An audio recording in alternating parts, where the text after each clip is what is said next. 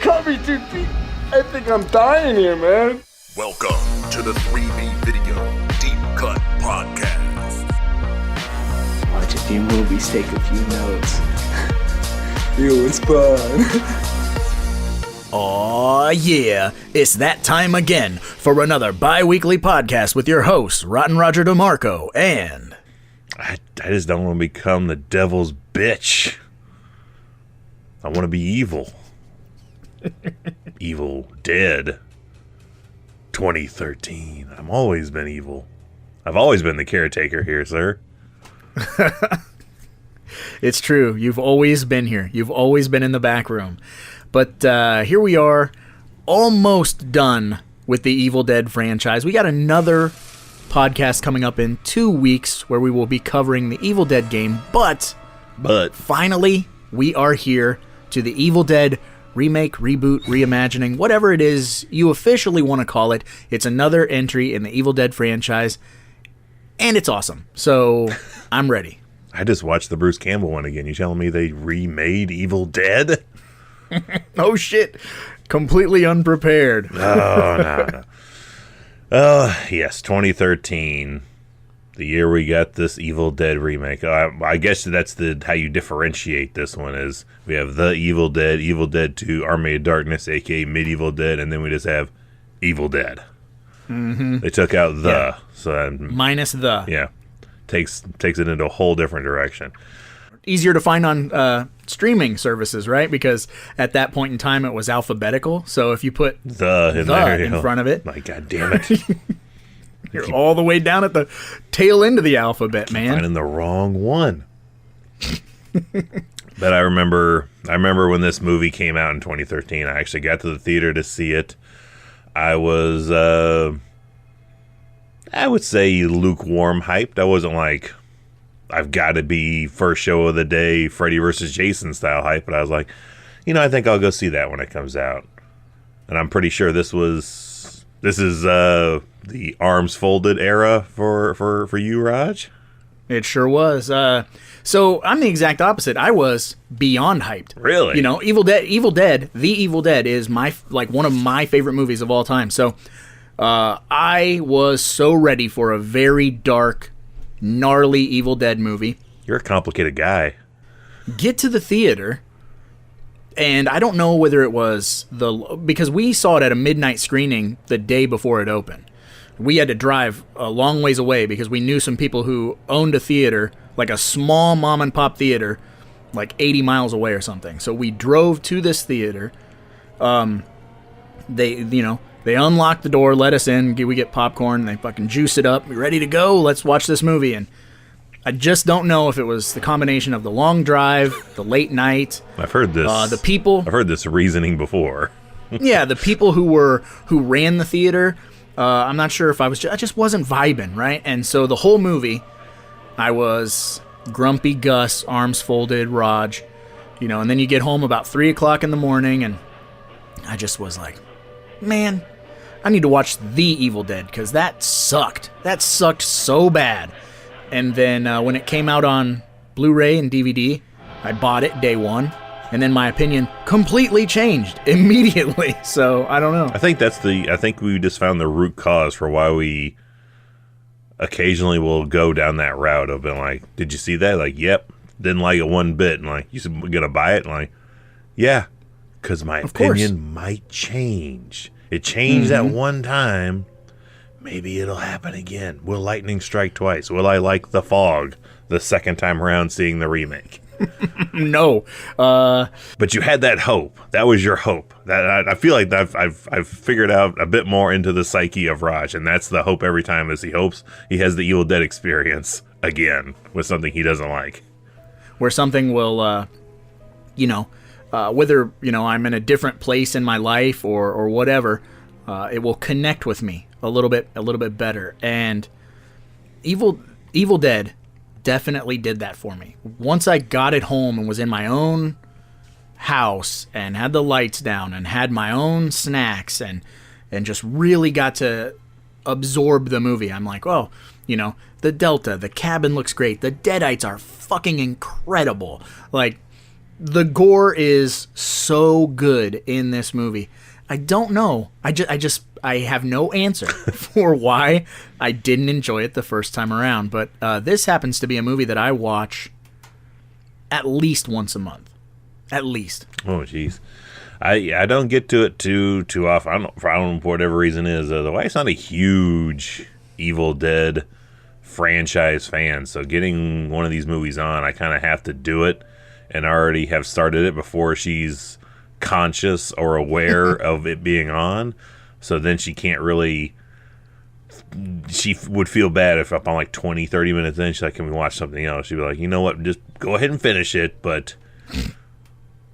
Don't be pulling this shit again anytime soon. I don't know what it is. I don't know what it is, but it's just... It's your namesake, too. That's what's sad. Hey, different strokes, different folks. She doesn't hate the franchise, but I don't think she's ever in the mood to be like, you know what, throw that on. And maybe it's because this one's... It's true to the sense of being a very tangibly, like, visceral film. Mm-hmm. Yeah. I was gonna say, going back to like different strokes for different folks, your wife and my wife both don't care at all, one fucking iota, for Halloween films, Michael Myers.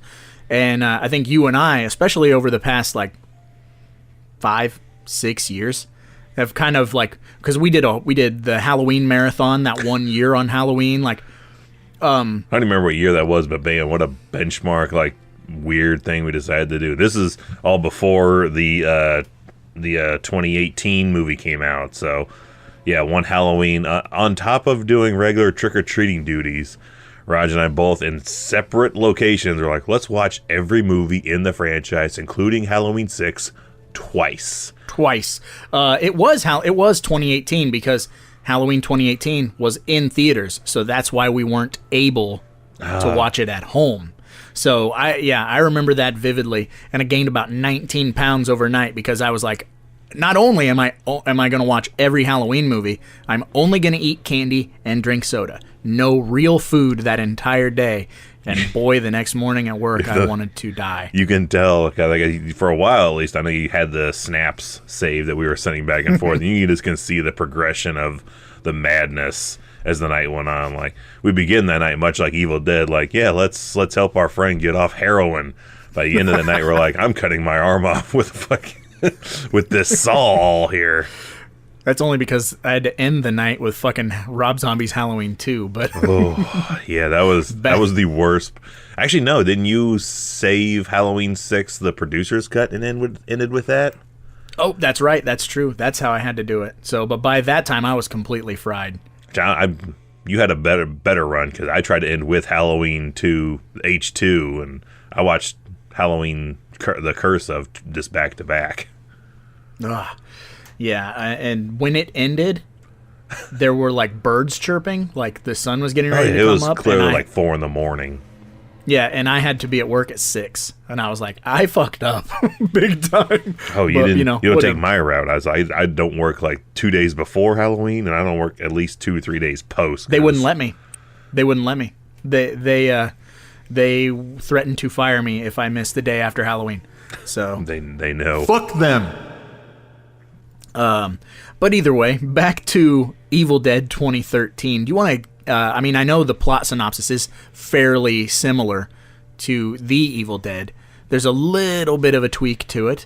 So you want to let the good folks out there in internet land know what it is, and we'll get into it? Oh, yeah, I say this is where Evil Dead succeeded, where the Nightmare on Elm Street remake failed. Like, they made a different enough movie in the right ways and kept some nod type things fairly deep cut, wink nod, and subtext kind of things, but made a lot of different changes. I like, oh man, if Nightmare did this, it would have been gangbusters, which is funny because this, I think, did do well and still didn't get any other sequels to it. But yeah, this is a story of a group of friends that all go out to a old family cabin to help somebody get off heroin, and slowly, one by one, evil starts taking them because somebody just has to read a goddamn book that is wrapped up in a trash bag and barbed wire. They're like, some things just should be left alone. And yeah, this is the legit version of the movie Cabin in the Woods. Yeah, for sure. So yeah, I tried to burn it. It just won't burn.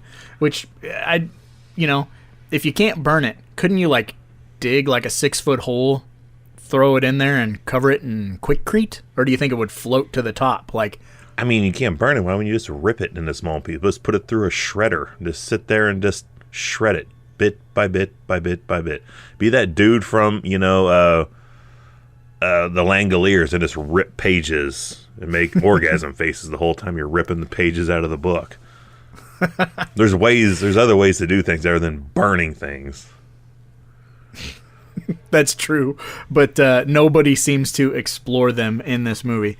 And dude, I just gotta say, first of all, shout out to the homie Lou Taylor Pucci, who kind of takes over our Scotty role essentially. Because I never remember his actual name. Because after we met him, I'm like, he's just Lou Taylor Pucci and everything. Yeah. So I'm like, I still don't remember what his name is. Is it Eric?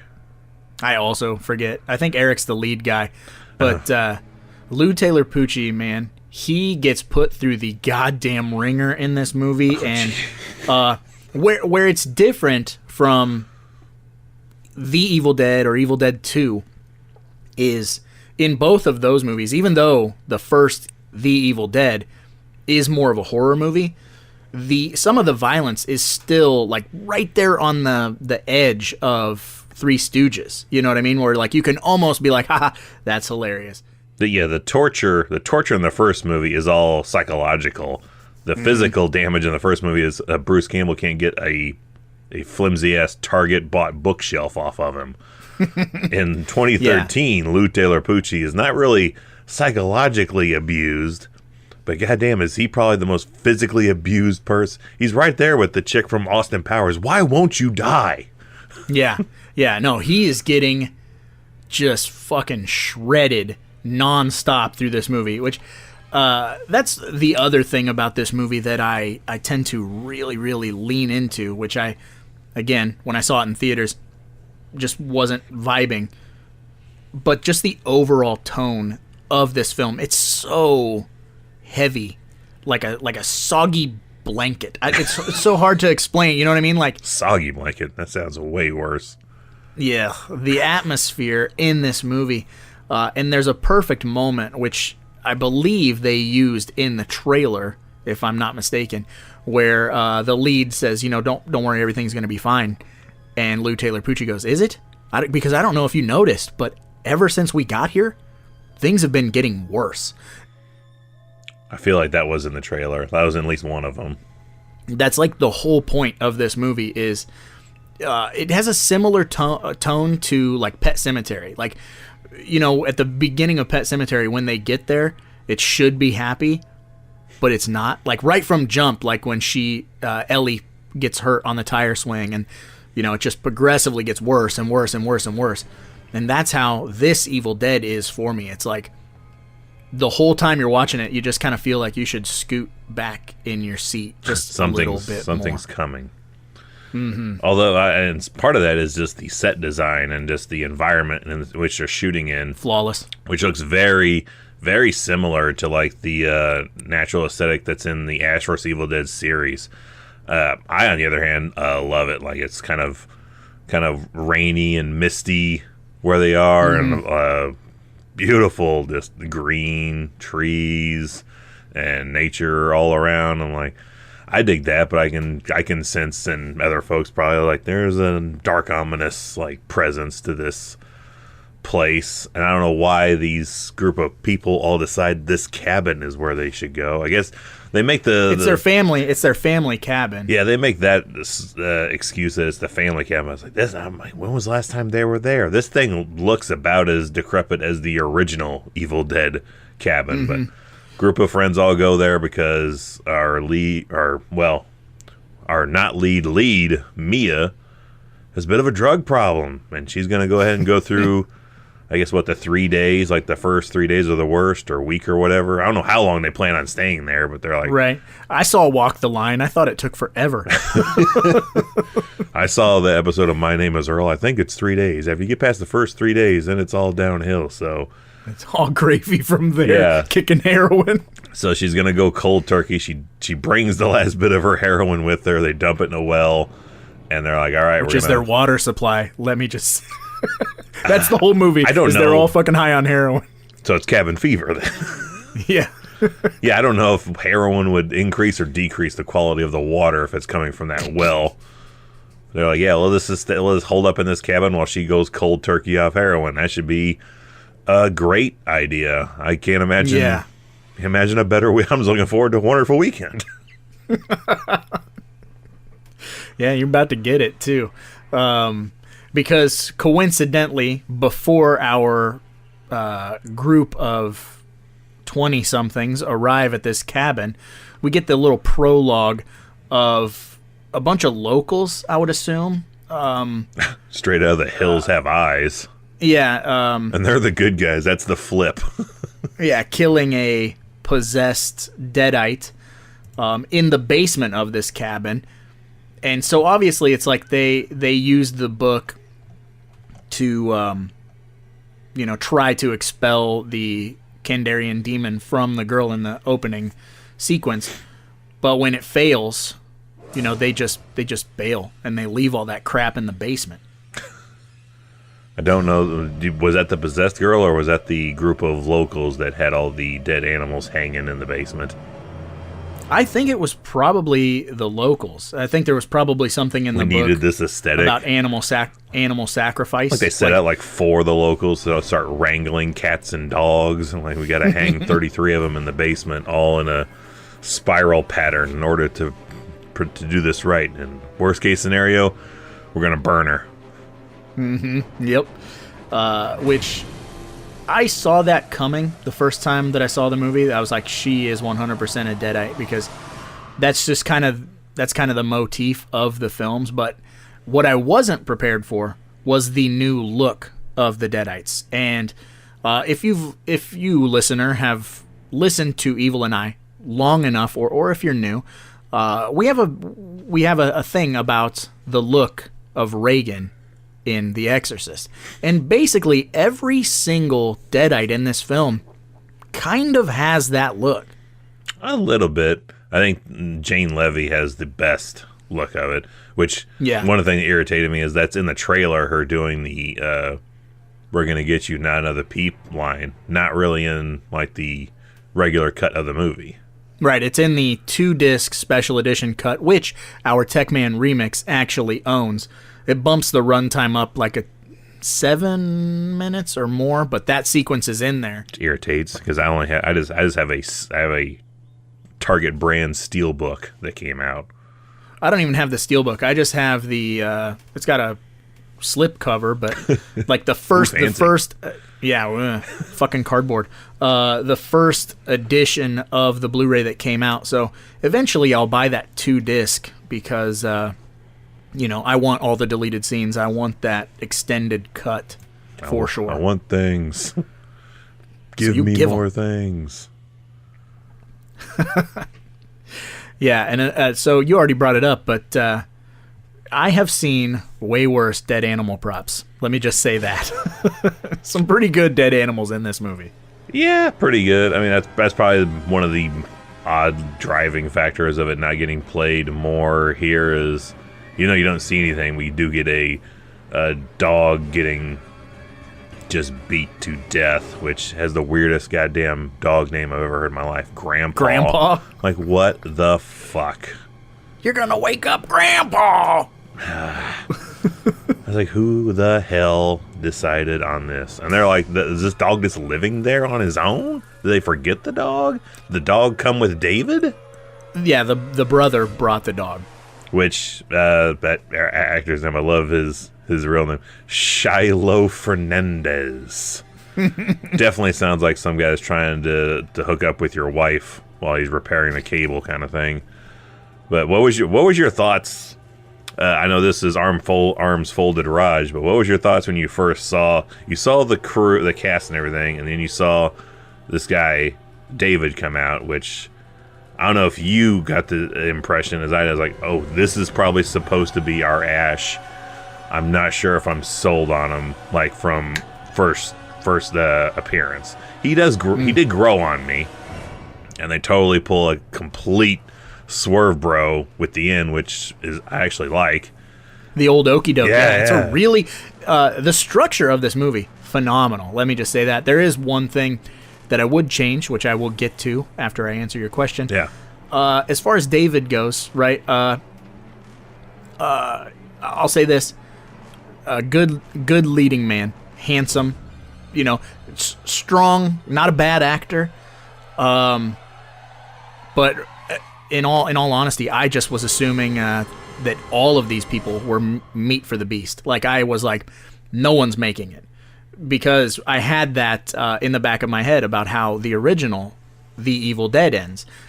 And we're both in agreement, and I'm sure that the audience is in agreement, that fucking Ash dies at the end of the original film. So I was assuming that they were all toast, and this is what I would change. So that's a perfect segue into that, is at the end when he goes full-blown Sam Raimi mode and makes this defibrillator, and then he sticks her with it, and she wakes up and she's alive.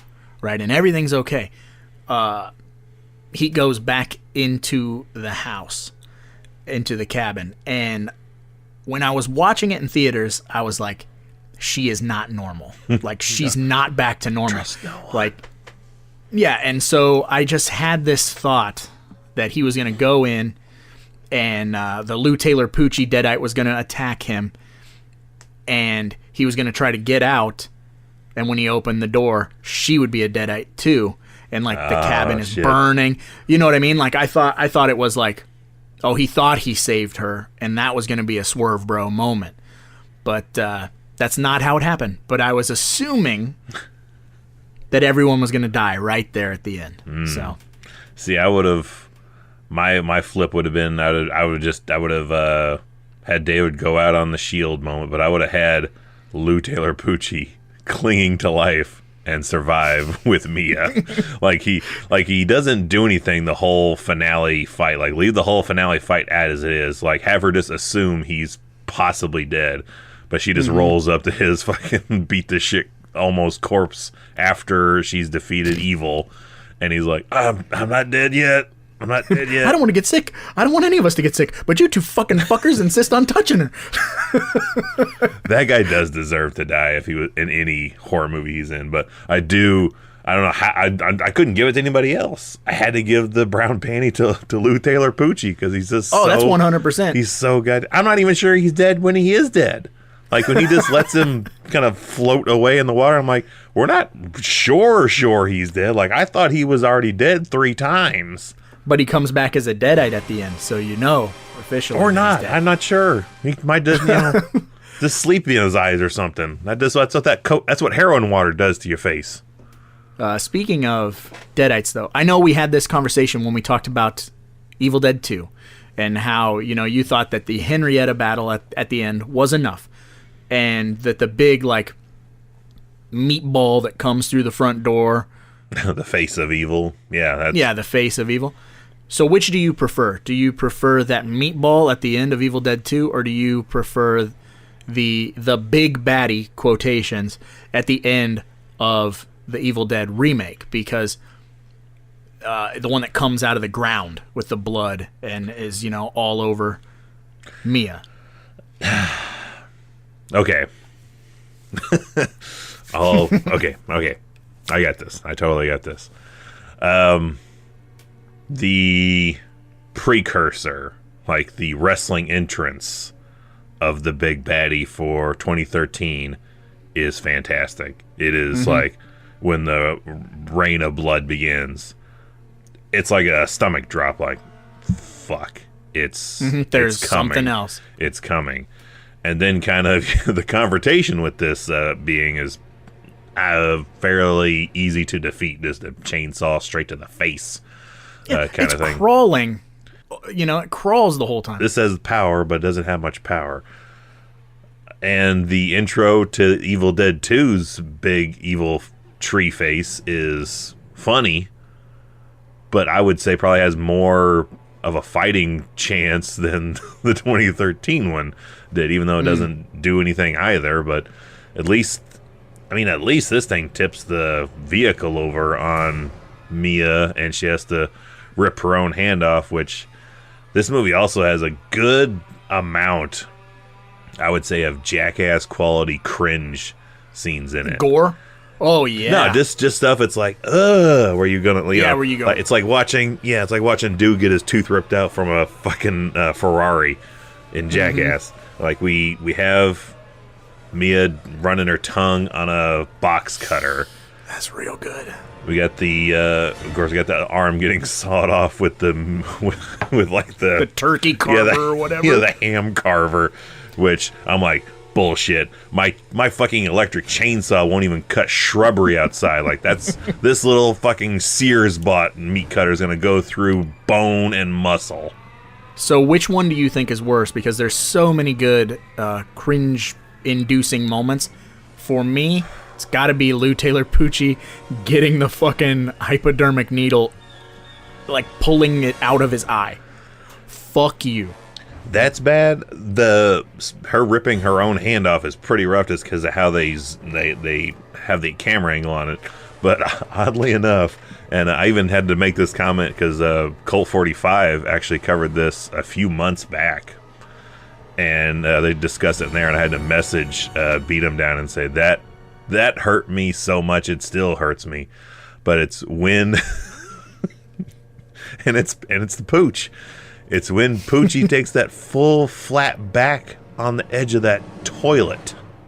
Yeah. Oh, it's good. And I'm like, damn. I can feel that in my bones. Mm-hmm. Like, just kill me there. Like, yeah.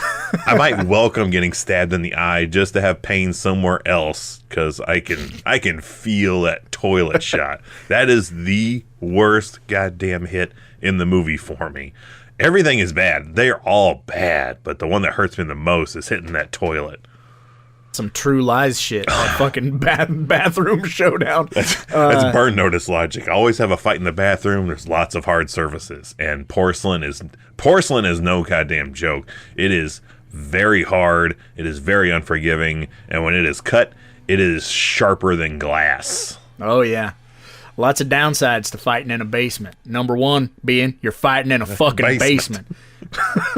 So, yeah, and oddly enough, that's another one of the things that I wanted to talk about is the possession aspect in this film. Like, obviously, all the Evil Dead films, you risk becoming host to a Kandarian demon, but in this movie, the way that they approach it, it's almost like you are dying. Like, it's not like you get sick and you go to sleep like Linda in the first movie. You know, she gets stabbed, she goes, takes a nap, and gets possessed or whatever. They cover all avenues, really. Like, they have the you die, you turn. If you've getting puked on by someone that has it, you turn. Mm-hmm. But that's that one specifically. She runs into the bathroom to get that needle, and it's like, you know, she's moving, she's in motion, and it just stops her. Yeah. That is so fucking scary to me. Like, every time I watch that sequence, you can see it in her eyes that she knows something's wrong. She starts to cry. She drops the thing. She pisses herself. And then she's a fucking demon. Like, boom. And then the whole time when Lou Taylor Pucci goes in to check on her, you're like, it ain't going to go well for you, dude. Run, Lou, run. Which is funny that Lou gets the brown panty when all this is pretty much his fault also. It really is. Because he finds the Book of the Dead, like I said, wrapped in a trash bag, covered in barbed wire, and of course dude has to find cutters to cut the barbed wire off, pull it out, and then start reading the goddamn thing. There ever a book you're like, don't read, it's this movie's Necronomicon. Yeah. Well, he doesn't just cut it open and fucking read it, because it's all scribbled out. So he's got to get a piece of paper and do that old school, like, detective, business. So he goes through a lot just to be able to read it. This poor man just needs a smartphone or something. Like, Yeah. that is desperate. I mean, I know he's like a teacher, but that is boredom to the 10th power. And you're like, I gotta know what's. I mean, there's nothing else to do but hang out with this person coming down off heroin. I need to know what's in this book. You could go for a walk, something. But I think for you and I, having to give Lou Taylor Pucci the Brown Panty Award is because he kind of hits all those criteria you and I really like of the everyman. Yeah, when everyone's introduced, he's the one I'm like, that's the Ash. He's the unassuming guy, exactly how he was in the first movie. I'm like, that's my Ash. Not this David guy is too fucking chiseled and too good looking. Like, give me this Eric guy. He fits the mold. Yeah, because David is like wicked chiseled, and he's there on a mission. He's gonna save his sister at all costs type of deal. And you got Lou Taylor Pucci, who's like, we've tried this before. I'm annoyed. I don't like you. He just kind of seems like the guy that you and I would root for in any situation. Like the guy who's just like, you know what, like. And his wardrobe, like, he feels like he could have fit in the original Evil Dead or the Texas Chainsaw Massacre. Like, he's got, he has the most timeless look of anyone in the movie. Plaid, man, he's rocking Scotty's gear, but and like long hair, a beard, like these big rimmed glasses. Like, you couldn't narrow down what era he is living in. The cool thing about this movie, which we kind of went a little hard when we were talking about the Elm Streets reboot, how a lot of the stuff that was done for that movie seemed to be shoehorned sequences that were specifically for the trailer, right? Mm-hmm. With this movie, it doesn't feel like it has trailer moments, with the exception of that sequence where, not another peep, time to go to sleep. Yeah, the basement trapdoor. Yeah, that's very, it's integral to the film, but it's a very, eye-catching trailer moment to make you go, aha, remember the original. This movie, we do have kind of the tree rape. It's different, very different. It's not like it's holding her down and raping her.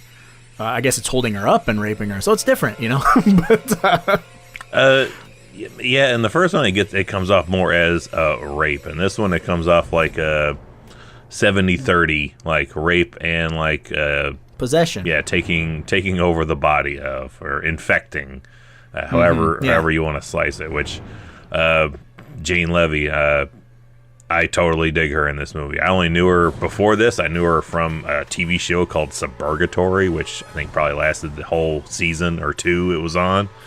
And she's the lead from Don't Breathe, right? Yeah, the first Don't Breathe. It's the only thing I've ever seen her in. I know there's, as of this recording time, she is not officially in the Evil Dead the game, but man, that's all I see is people going, "Where's Mia? Where's Mia? Where's Mia?"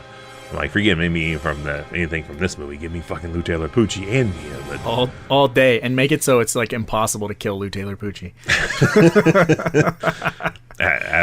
Absolutely. Oh, Jane Levy, yeah, does a great job as being a lead, and then she totally becomes our first victim / possessed demon, and then she goes full circle. And yeah, I was not expecting her to die, get resurrected, and then she's the last one standing. I was like, that is a better way of doing something different. Like, you could have done the same thing like they tried to do on that Elm Street remake of like, let's just have a Nancy, and Nancy will be the last one to survive. We'll just swap up a little bit here and there. They're like, nah, fuck it, we ain't got an Ash.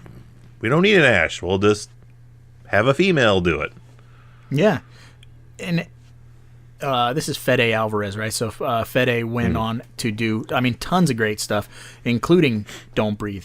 But there's something about this movie that's so, it's so violent, but it's so entertaining. But, it walks this weird line, kind of like the rest of the franchise, I suppose, where, there are sequences that absolutely terrify me.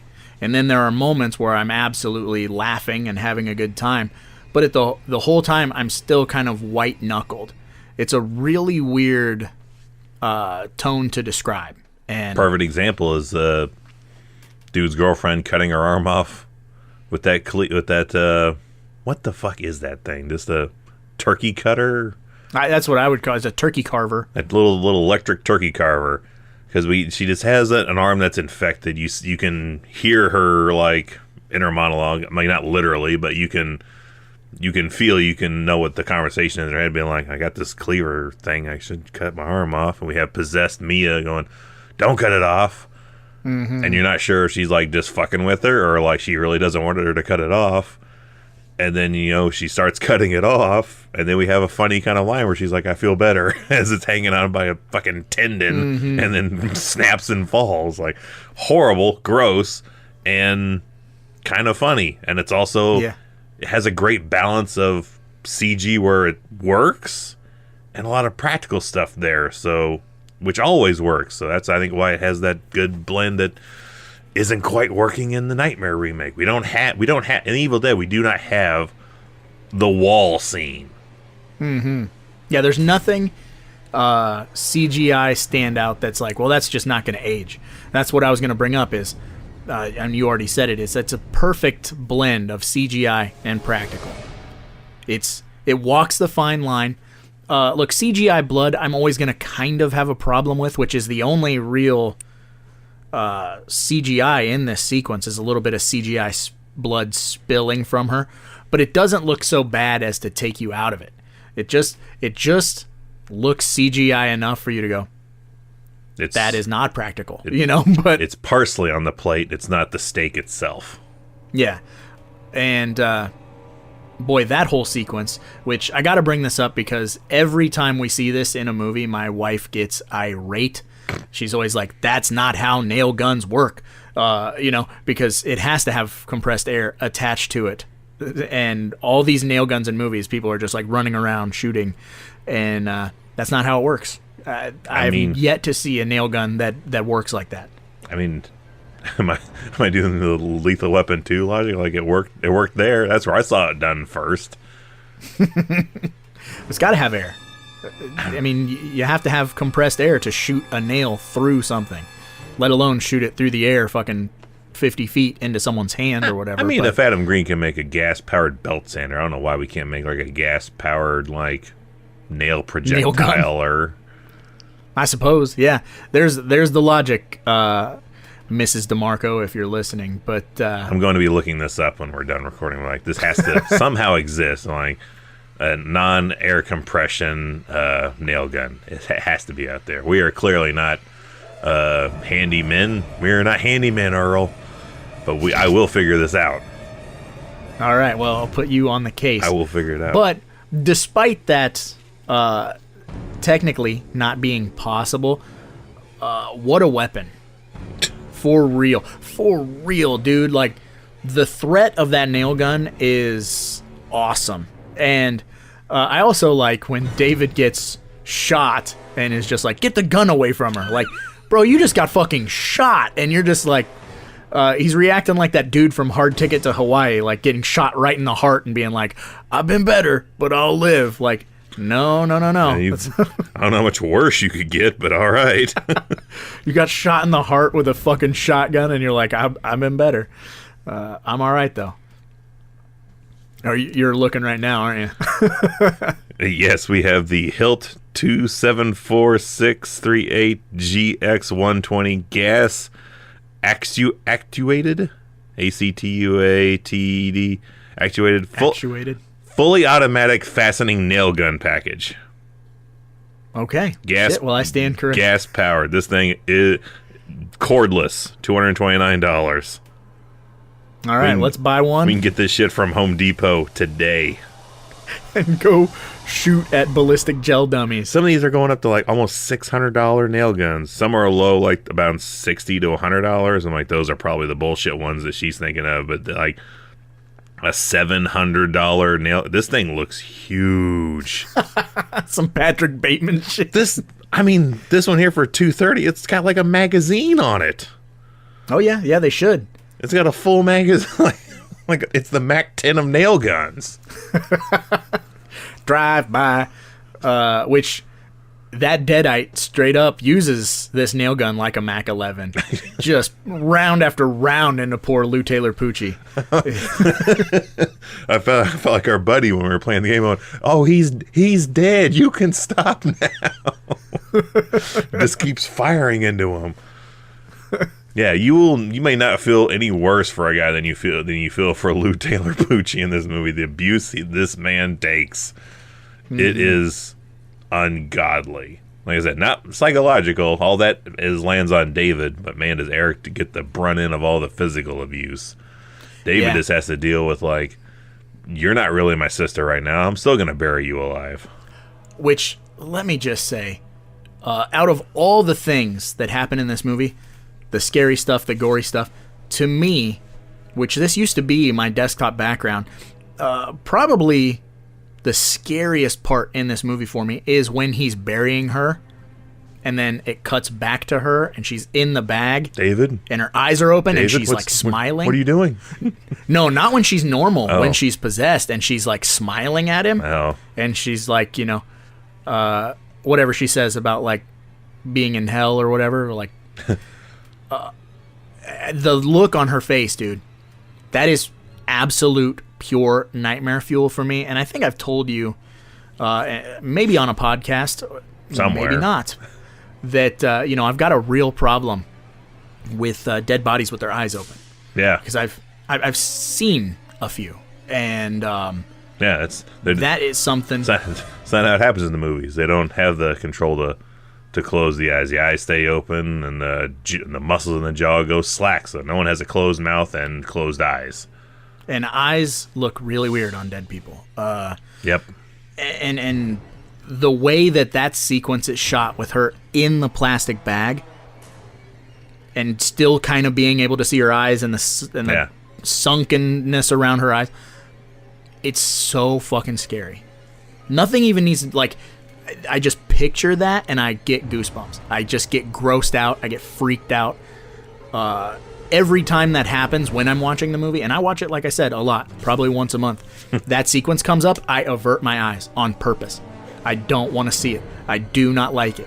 That's one of those things that you and I, quote, say, bother. It bothers me. That bothers me. Are you scared? No. Just, I don't like it. I'm going to sleep with the light on. I'm not. It's awfully dark in here. Open the door. Me? Afraid? I don't have to take this. I'm going to go sleep in the truck. I'm not a claustrophobic. Enclosed spaces just bother me. Never even looked at another man before. But, I'm trying to think if there's anything else that I really, really want to touch on. Okay, I have the question for you here, because I know you are definitely in the same camp as me, so I'm only asking this for anyone else listening to this. Okay. But this movie ends, credits roll, we have the post-credits scene, which Marvel likes to take credit for this. No, post-credit scenes were a thing before Marvel started doing it every goddamn movie. Acknowledge Roman Reigns, acknowledge me. It was before then. We get a side shot of Bruce Campbell's face, and he says groovy. We know that's just a wink. That's just a thanks for being a fan of the franchise. Yeah. But there are folks out there that are like, no, this has to mean there's continuity between Ash's Evil Dead franchise and this franchise. I'm telling you right now, there's not. No. And let me also say, Bruce Campbell himself went on record. So first of all, he gave us 3 seasons of Ash versus Evil Dead. They stretched it as far as they could. And he straight up said, like, if it gets canceled, it's your guys' fault, and you weren't watching it. You wanted us. You wanted me back. I'm back. Here it is. Recently, he did an interview talking about the new Evil Dead film that's coming out, Evil Dead Rise, and he said this one is heavy. This one is gory, scary, but it's going to hit you where you live. Which is the way that he said that means to me that Ash is going to die. So he can say, stop fucking asking me to be in movies. I'm almost 70. I don't want to fucking run around with a chainsaw in my hand anymore. I want to gain some weight and sit on a fucking beach. I mean, well, he did that in Burn Notice. He just keeps going, keeps coming back to this. I think since Army of Darkness, he's like, we're done. But he keeps finding ways to come back, even after the show. And he's like, I am not doing any more Ash bullshit again until we do buddy, this. You want to come back and do some Ash stuff? Yeah, you want to do the voiceover work and a consult for this brand new video game we're doing? Absolutely. Yeah, well, I mean, and that's different because you don't have to be screen, handsome. You can sit in a fucking in your kitchen and be like. To me, it all keeps going back to like him saying like, I'm not doing any more. Like, I'll believe it when I don't see it. Mm-hmm. But I just keep seeing it. It's kind of like I'm fine with it all. Just kind of like I'm in the same boat of like Kevin Smith talking about all these movies that he's going to be making or turning them into mini series. Like the Hit Somebody was supposed to be his next movie, and then somehow it turned into him doing the Clerks 3. Yeah, Clerks was supposed to be happening, and Clerks still is. Until something is out, I'm not saying it's happening. Even though he's like saying, "Well, filming is wrapped," yada yada yada. Show me something, and then I'll say it. But he's put so many different things. Like Mallrats 2 was supposed to be a thing. He's got everybody back for that, and then everything else that he's said he's going to do. He's going to make the Canadian horror trilogy, which he still hasn't made. Moose Jaws. So it's like that. I'll believe all that when I see it. And for Bruce Campbell, like, I'll believe you're done when I don't see any more of you. Mm-hmm. Yeah. It's kind of hard to walk away from that paycheck for sure. Oh yeah, absolutely. I would be going back every time too, no matter how irritating it was. Cover me in the blood. I'll do it one more time. What the hell? Yep. And I'll tell you this: as happy as I would be to see him move on, I'm equally as happy when he puts the blue shirt on. Yeah. I'm kind of torn because I love Ash vs. Evil Dead. We're obviously not going to cover Ash vs. Evil Dead in a podcast because we would have to cover the entire 3-season run in an episode. But he's very much Army of Darkness Ash. Oh yeah, that turned up to 11 in this series. Yeah, that Ash is just taken over. The Ash from Evil Dead and more or less Evil Dead 2 is gone. AOD Ash is reign supreme and just has continued on. So that's just what we got. Now, although we won't talk about the series, we will spoil you a little bit early. Like, we are going to do one more episode on this shit in 2 weeks. We're going to come back, and we've had enough time to actually get into it now. We're going to talk about playing this game, which encompasses everything but the 2013 movie as of this moment so in time. far, yeah. Yeah. Yeah, so we've given our Brown Panty Award. We've talked about a lot of the stuff in the film. Is there anything else you want to cover in the film before we move on to our next segments? No, but I will just fine point that there is no continuity between the two fucking series. It was just a little wink nod. Thanks for being a fan. It's like the Delta being in the background for the shot. Mm-hmm. It's just there for us. Not everything has to be in continuity. Stop it. I mean, unless you're just doing it for the fucking fun of it, which is fine, because we'll do that all day too. If we wanted to go down that road, we could, but it's not canon. It's fan stuff. If you're trying to make it canon, stop it. Just have fun with it. It's just fan service, and that's all there is to it. Well, now that we're done gushing about this film... That's a very appropriate term for this week's show. It really is. Because gushing is happening all over the screen. I would put this right next to the other Sam Raimi movie, Drag Me to Hell. Nobody knows how to close their fucking mouth when projectile vomit and blood and shit is spewing. Gross. But yeah, it's time to look at the true critique of this film. We've been talking for almost an hour, but we don't know what we're talking about. We're not qualified to handle this kind of thing. Nope. If you want qualified folks, you got to jump onto the interwebs and not type in 3B Video Deep Cut Podcast or 3B Video on YouTube. You type in Amazon.com review section and you drop that fucker all the way down to 1-star reviews.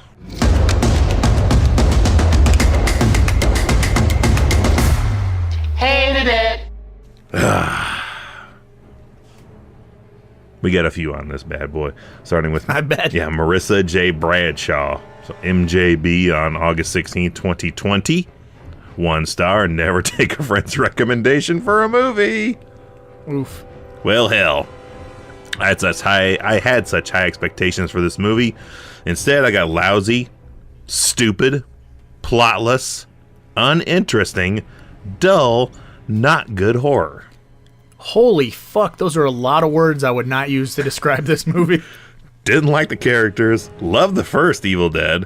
I love horror movies, and the majority of them are just sill and senseless.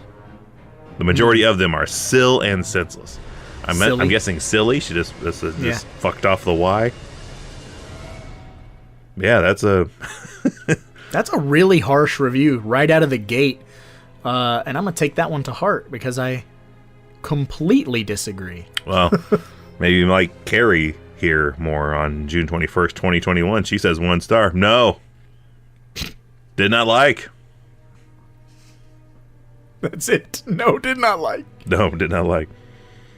This one also very short, but I love the name of this username. This is a fucking character I want in a movie, or we both create in our prospective UFC WWE games.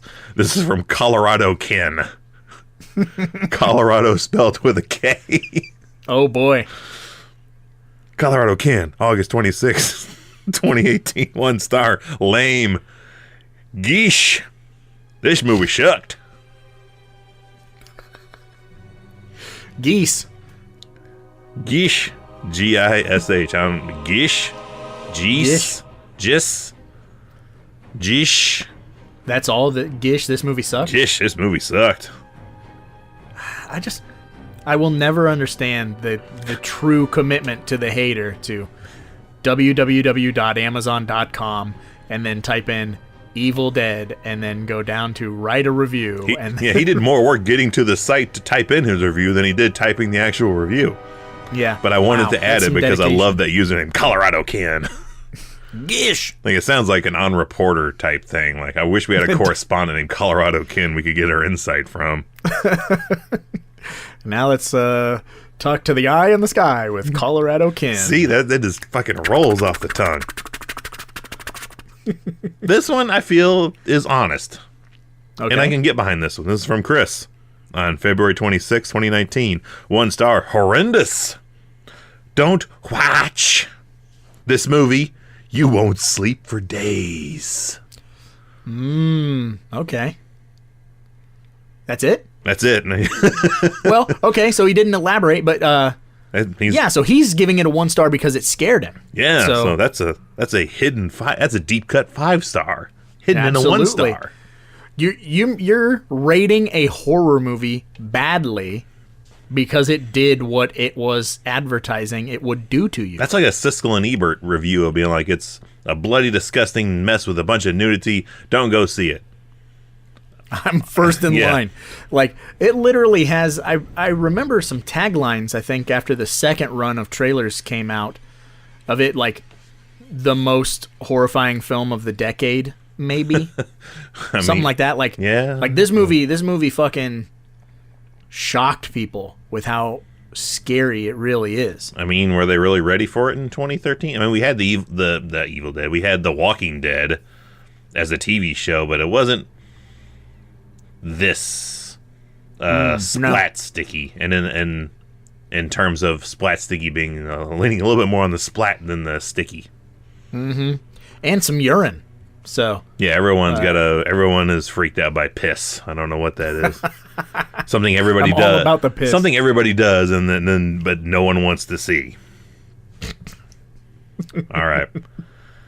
This is a first I'm gonna do, and these are actually within the same, like, I don't have to scroll to get this done.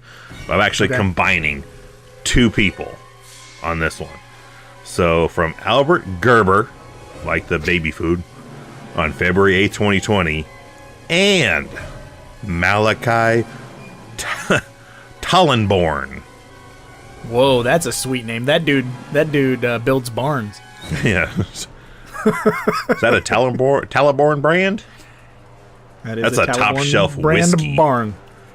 Try to say Talaborn brand barn. Talaborn brand barn.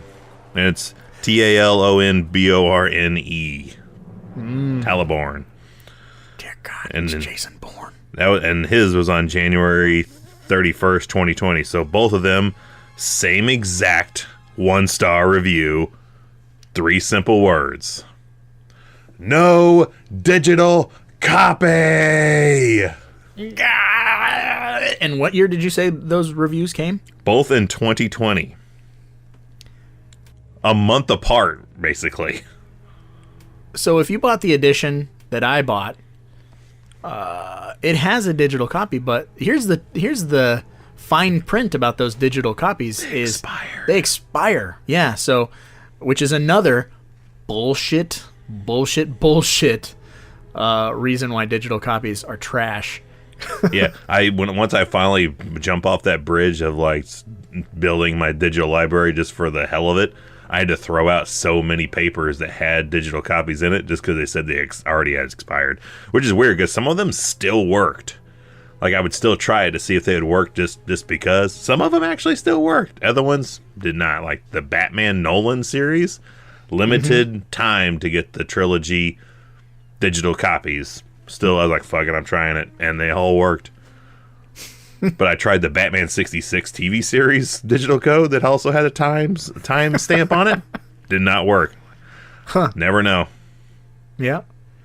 Digital is trash. Yep. I have a pretty cool library, but it's literally, I don't really count it. Like when Raj hooks me up with a digital code for a movie that he's got, I don't count it as part of my collection. It's like a guest star on my show. Right. It's not right. It's not if it's official. not on the shelf, you don't really own it, you know? Like that's just how it is. You can't own the air. Who owns a tree? Who can own a rock? Only the Great Spirit. Nice. This one I don't entirely get. This is from Dennis on March 6, 2021. 1 star. Not the worst. A little strange. All right. Okay, yeah, not the worst, but a little strange, Yeah. I guess. And my last 1 star from Bex01. This is topical. July 30th, 2013. So this is Like right after it came out. 1 star. And 3 people found this helpful before I go into this. Awful. Awful. Awful. Even worse than the original. I was hoping for more scares, less gore, I guess. Oh well. That was almost Onyx the Fortuitous. I guess. You almost- Oh well. If you love excessive gore, you'll probably enjoy it. Just wasn't for me. Do you want me to try an Onyx rerun of that? Sure. yeah. Awful, awful, awful. Even worse than the original. I was hoping for more scares, less gore, I guess. But well, I don't know. You love excessive gore, probably enjoy it. Wasn't for me. I don't know. One day we got to have him as a guest. I would fucking lose my shit. I mean, he's not like 100% wrong. Like, because if you're not a gore hound, you're probably not gonna like it. But I also feel like the scares are equal to the gore. Yeah, they're not 2010 reliant on just blah, loud noise scare you. Blah, come out the corner and scare you. It's got more weight behind them, and even though the first Evil Dead, I guess, isn't really like ultra gory, I feel like Evil Dead is still pretty, like the whole franchise is still lumped in with pretty gory stuff. Even Army of Darkness, I would still throw in that camp, even though there's not really any in that at all. But I mean, every movie has fountains, gallons of blood used. Yeah. So it should just come with the territory. Yeah, I mean, if you're a fan of the franchise, I think by the time you get to the remake, it's pretty safe to assume that you're going to get what makes the franchise tick in the remake also. So Yeah. But everybody's surprised by something. Everybody To me, it's like a proctologist coming home from work for the first day going, man, I'm just looking at assholes all day. Yep. Who'd have thunk it? Yep. Well, now that we're done with the Amazon 1-star reviews, Evil, what does that mean? It's time to play the game. Time to play the game. Time to play the game. It's all about the game and how you play it. Me is not here, you fucking idiot. Your sister's being raped in hell. Oh, sister rape. Yes.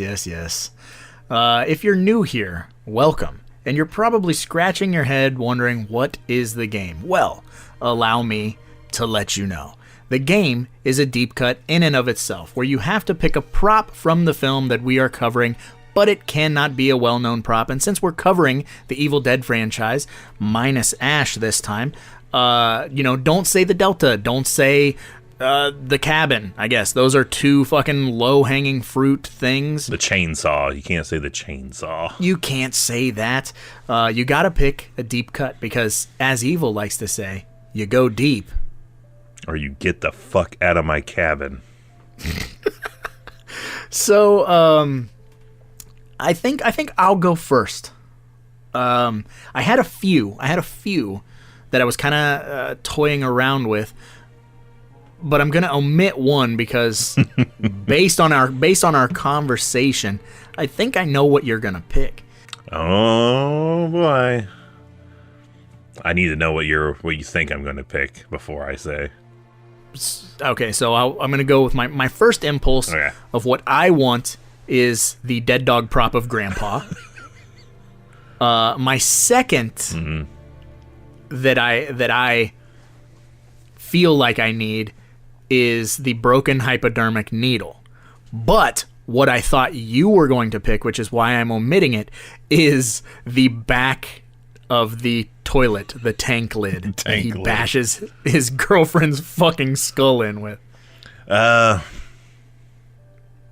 can't go with the toilet tank lid because, sidebar personal story, I actually broke my toilet tank lid in my basement like 2 years ago, and while I was trying to repair something in the toilet, had it leaning sideways and it fell and broke, and actually cut my hand pretty good, that's when I learned, oh man, porcelain is fucking sharp.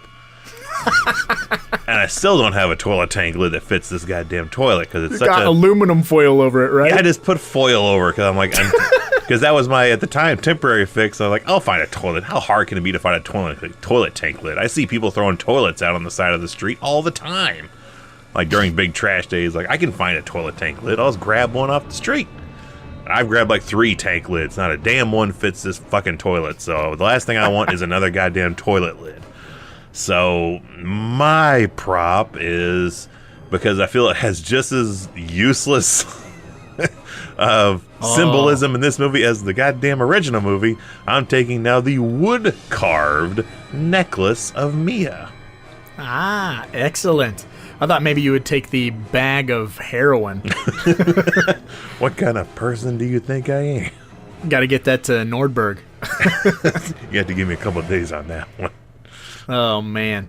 That's an excellent prop. And I should have seen that coming, because you and I have had many a conversation of the uselessness of the necklace. It is a weird-ass necklace that they try to explain a little bit more in this one, but both of them are just pretty much there just to be there, and they're only there to like remind somebody of their humanity. And it's funny in both instances. This necklace is the one that does it. It's like, oh, they went and made it a wood carved one, which I guess is more fitting for this edition of the film than the original one, which I like that they kept having that necklace like dropped in the shape of a skull with the chain. Yep. But I was like, that goddamn fucking magnifying glass lens necklace was supposed to be how they got rid of the book originally, but they scrapped that. But somehow that necklace design has made its way to 2013. So if you're listening and you have your very own deep cut prop, you can let us know. I believe you can comment on the podcast via Spotify, but if you're not, listening to us via podcast apps and you're listening to us through our Patreon, you can comment on the podcast on our Patreon. Let us know what prop you would pick. You can find us on YouTube at 3B Video. You can join our Discord server, Buddies Forever, which has links in all of our YouTube videos, and you can let us know the prop that you pick for each and every podcast episode that we do, because we play this game every 2 weeks. It's just how we like to end our Deep Cut podcast. It's entirely true. Used to be a way to kill time, and now it's just a way to wrap up a show. And it's always fun to, if you're meeting a celebrity, I don't know what to ask them. Play the prop game with them. Fuck it, we've done it. Yes. You do it. Yes. So, on that note, I suppose we should probably get going, because after all, there's a lot of movies out there, and somebody's got to watch them. So why not us, right? Raj, kiss me, you dirty cunt.